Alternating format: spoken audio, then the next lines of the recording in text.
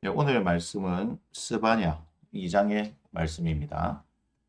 우리가 스바냐 1장을 보면서 1장 7절에 나와 있는 여호와의 날, 그것이 스바냐서의 주제라고 말씀을 드렸습니다. 여호와의 날에는 심판과 또한 소망이 함께 있는 것이다 라고 말씀을 드렸고 1장 7절부터 3장 8절까지가 심판에 대한 이야기, 그리고 3장 9절부터 마지막 절까지가 소망에 대한 이야기다라고 말씀을 드렸죠. 오늘 2장 1절부터 시작해서 사실 이제 3장 8절까지를 보아야 하거든요. 그것이 심판에 대한 이야기, 여호와의 날의 심판에 대한 이야기이기 때문에 우리가 오늘은 2장이지만 3장 8절까지의 내용을 말씀을 드리고 내일 이제 3장 9절부터 그 여호와의 날 가운데 소망에 대한 이야기를 우리가 나누도록 하겠습니다. 특별히 2장에서 1절부터 3절은 회개에 대한 이야기를 하고 있습니다. 아직까지 이제 심판에 대한 것이 아니고요. 2장 4절부터 3장 8절까지가 열방에 대한 경고인데 여기에서는 이스라엘의 주변 나라들에 대해서 이야기를 합니다. 그리고 이제 3장에 넘어가서 3장 1절부터 이제 7절까지가 예루살렘에 대한 이야기를 하게 되어지는데요. 2장에서는 그렇기 때문에 4절 이후의 말씀들을 우리가 주목해서 볼 것이 아니라 1절에서 3절까지의 말씀을 주목해서 보아야 하겠습니다. 그 이야기를 하기 전에 우리가 열방에 대한 경고를 이제 한번 말씀을 드릴게요. 4절부터 7절까지가 블레셋에 대한 이야기죠. 블레셋은 이스라엘과 뗄래야 뗄 수 없는 관계 아니겠습니까? 그래서 7절에 보면 그 지경은 유다 족속의 남은 자에게로 돌아갈지라 이렇게 말씀하시죠. 그래서 그들의 하나님 여호와가 그들을 보살피사 그들의 사로잡힘을 돌이킬 것이다 라고 말씀을 하시네요. 8절부터 11절은 모압과 암몬에 대한 얘기입니다. 모압과 암몬. 그래서 이제 11절을 보니까 여호와가 그들에게 두렵게 되어서 세상의 모든 신을 세역하게 하리니 이방의 모든 해변 사람들이 각각 자기 저수에서 여호와께 경배하리라 이렇게 말씀을 하고요. 12절 한 절 이제 구스에 대한 이야기죠. 구스는 에디오피아 지역이라고 생각하면 될 것 같습니다. 그리고 13절부터 15절이 이제 아수르에 대한 얘기를 하죠.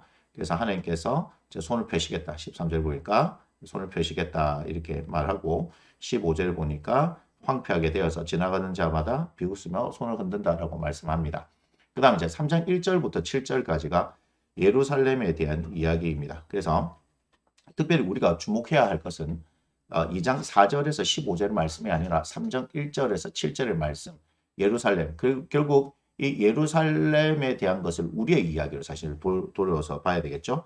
근데 하나님께서 뭐라 말씀하시냐면 폐역하고 더럽다라고 얘기를 합니다. 자, 그런데 2절에 보니까 그가 명령을 듣지 아니하며 교훈을 받지 아니하고 여호와를 의뢰하지 아니하며 자기 하나님에게 가까이 나가지 아니한다. 결국 예루살렘에 대해서 하나님께서 이 심판하시는 이유가 2절 때문이다 라고 하면 됩니다. 그래서 이제 가까이 보면 이 3절의 방백들이, 재판장들이, 선지자들이, 제사장들이 이렇다라고 말씀을 하시죠. 그런 내용들로 보시면 되고요. 8절은 이제 이 열방에 대한 심판에 대한 요약이다라고 보시면 됩니다. 8절이 요약이다. 자, 그런데 제가 시작하면서 뭐라고 말씀드렸습니까? 스바냐 2장은 1절에서 3절 이 회개에 대한 말씀이 핵심이다라고 말씀을 드렸죠. 그래서 우리가 2장 1절에서 3절을 한번 보도록 하겠습니다. 수치를 모르는 백성아 모일지어다 모일지어다.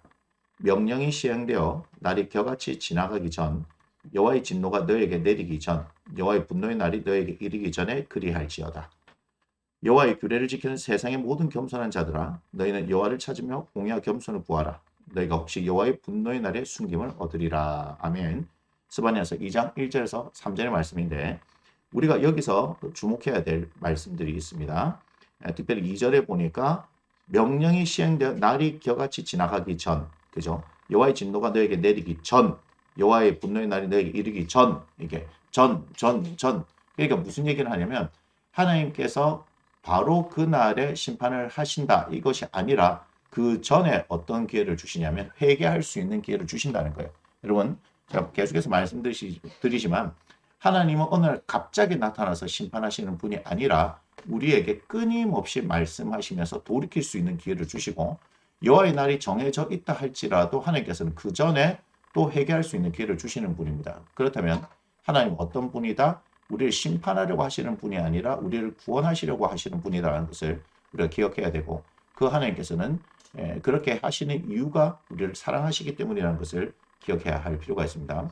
그리고 이제 3절을 왜 또 보아야 하냐면, 여기 보면 그렇게 이 폐역하고 더러운 곳이다라고 이야기하는 이 예루살렘, 유다에 그럼에도 불구하고 하나님을 섬기는 사람들 있잖아요. 우리가 아합과 이세벨의 시대, 북이스라엘 가장 타락한 시대라고 하는 그 가운데서도 엘리야에게 하나님께서 말씀하셨죠. 내가 바알에게 무릎 꿇지 않은 7천 명을 남겨두었다. 그러니까 우리가 지금 이 세상을 살아가면서 타락한 세상 가운데 제대로 하나님을 믿는 사람이 없는 것 같이 보여진다 할지라도 실제로 그것은 우리의 생각이고, 각각의 자리에서 하나님을 신뢰하는 많은 이들이 있습니다. 여러분 기억해야 합니다. 여기 3절에도 그렇죠. 여호와의 규례를 지키는 세상의 모든 겸손한 자들아, 너희는 여호와를 찾으며 공의와 겸손을 구하라. 이렇게 말씀하시죠. 이들은 어때요?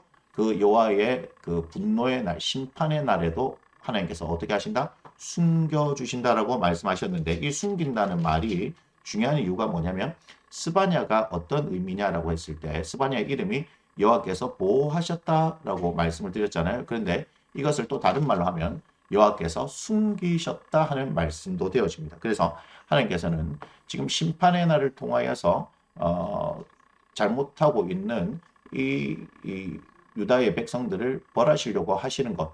그렇지만 그 가운데서도 하나님을 찾고 하나님의 말씀대로 순종했던 사람들은 숨기시려고 하는 계획감이 있다는 것을 기억해야 됩니다. 그래서 스바냐 2장을 통해서 우리가 두 가지를 한번 살펴봐야 되겠죠. 첫째는 무엇이냐?